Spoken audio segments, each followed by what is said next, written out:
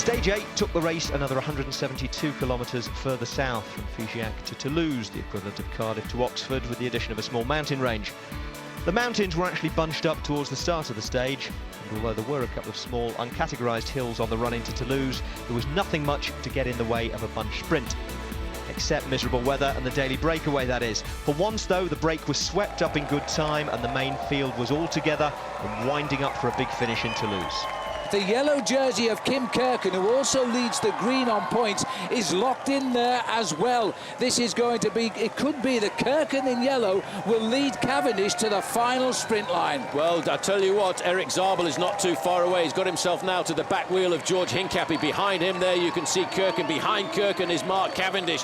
In fact, it's Cholik is behind him, and there is Cavendish just in third position behind the yellow jersey, looking for the good lead out from his man. There you can see Cavendish just popping out. On his wheel is Gerrit Stegemans. The sprinters are all queuing up now behind Team Columbia.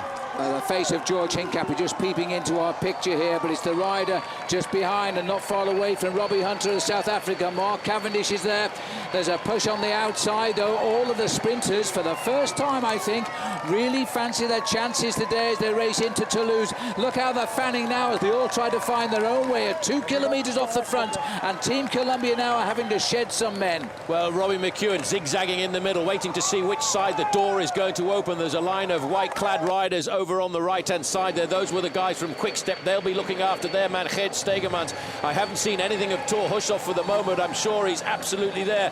It's in fact Quick Step now have taken up the pacemaking on the front. Third in the line there is big Gerrit Stegemans, normally known as a lead-out man for Tom Boonen, but he knows how to win stages of the Tour de France himself. High road now, Phil, have lost a little bit of control at the front end of the main field, and that makes it precarious. Well, that means now that Mark Cavendish may have to switch teams here and start following the riders from Belgium in the Quick Step colours of white and blue. Robert Foster is forced into the way too with Team Gerolsteiner. They are the lighter blue colours. It may be all going a little bit pear-shaped for Cavendish at this moment. He's going to have... Now watch this bend. This is the one where it could all go wrong as they gently make the corner.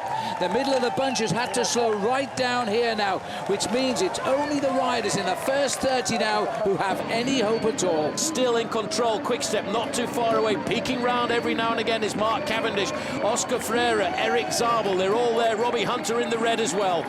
Well, there's Cavendish in the light blue. He's a little bit far back, but he does have a terrific finish if he gets a good view of that finish. And as they try to lead Stegemans to the line here now, Freire is third wheel. Cavendish is sixth place at the moment, but this man does pack an incredible finish. Cavendish needs to break now as Stegemans gets the perfect lead out.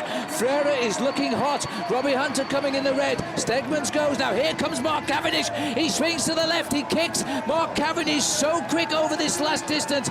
As Cavendish races towards the line, he gets it. That is unbelievable. He has got his second win of the Tour de France to equal the 2 he got in the Giro d'Italia.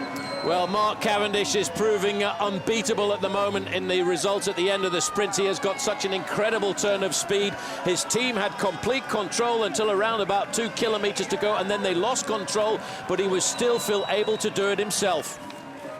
Yeah, it was brilliant, you know. Once again, you got to see how well my team worked, you know. They controlled the race all day. There was a breakaway, and then, yeah, we got help from the other sprint teams this time at the finish, and it came down perfect time to catch the break, and we caught them and finished off with a 1-2, so we can't get any better than that.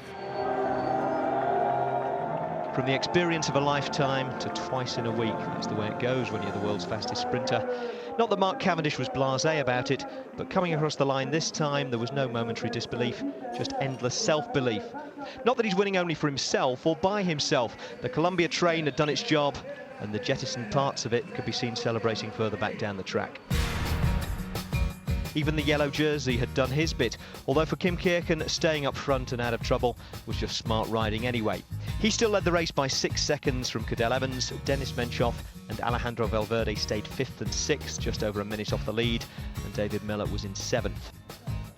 Another great day and a great race for Columbia, who must be getting the quickest return on their investment of any sponsor in cycling history.